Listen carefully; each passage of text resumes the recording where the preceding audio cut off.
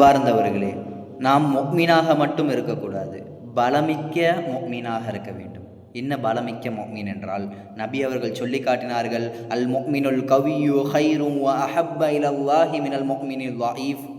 பலமில்லாத ஒரு அடியானை விட பலமிக்க ஒரு அடியான் அல்லாஹுவிடத்தில் சிறந்தவன், இன்னும் அல்லாஹுவிற்கு பிரியமானவன் என்பதாக நபி அவர்கள் சொல்லி காட்டினார்கள். அந்த பலமிக்க அடியானுக்கும் பலமில்லாத அடியானுக்கும் இருக்க வேறுபாடு நமக்கு அறியும். ஒரு பலமில்லாதவனுடைய செயல் குறைவாக இருக்கும், பலமுள்ளவர்களுடைய செயல் அதிகமாக இருக்கும். அப்போ இந்த இடத்துல நபி அவர்கள் பலம் என்று சொல்லி காட்டியது இரண்டு விஷயத்தில் சொல்கிறாங்க. ஒன்று ஸ்பிரிச்சுவல் ரீதியாக, நம்முடைய ஆன்மீக ரீதியாக சொல்லி காட்டுவார்கள். இரண்டாவதாக ஃபிசிக்கல், நம்முடைய பாடி ரீதியாக. அப்போ அந்த ஆன்மீக ரீதியாக நம்ம பலமிக்கவர்களாக ஆக வேண்டும் என்றால் ஃபஸ்ட்டு ஃபிசிக்கலை நம்ம ஃபினிஷ் பண்ணோம். அந்த ஃபிசிக்கல் என்ன? அன்றாட காரியங்கள், அன்றாட நாட்களில் நாம் செய்யக்கூடிய ஒரு சில காரியங்கள். ஒன்று, நம்ம எக்ஸசைஸ் செய்கிறது, வாக்கிங் போகிறது, அந்த மாதிரி ஒரு சில செயல்கள் செய்யணும்.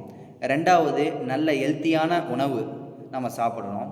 மூன்றாவது, நல்ல உறக்கம். இந்த மூன்றும் ஒரு மனிதன் நல்லபடியாக செய்யும்போது, அந்த ஃபிசிக்கல் ரீதியில் தன்னை தானே பலமிக்கவதாக ஆக்கி கொள்ளும்போது, ஸ்பிரிச்சுவல் ரீதியாக நம்முடைய செயல்பாடுகளை அமைத்து கொள்ளும்போது, அந்த இடத்துலையும் நம்ம பலமிக்கவர்களாக ஆகுவதற்கு இந்த உடல் ரீதியாக நம்ம பலமிக்கவர்களாக ஆகியிருக்கின்றோம் அல்லவா, அது பயனுள்ளதாக இருக்கும். அல்லாஹு தாலா அப்படிப்பட்ட நிலையை நமக்கு தந்தரல் புரிய வேண்டும். அஸ்ஸலாமு அலைக்கும் வரஹ்மத்துல்லாஹ்.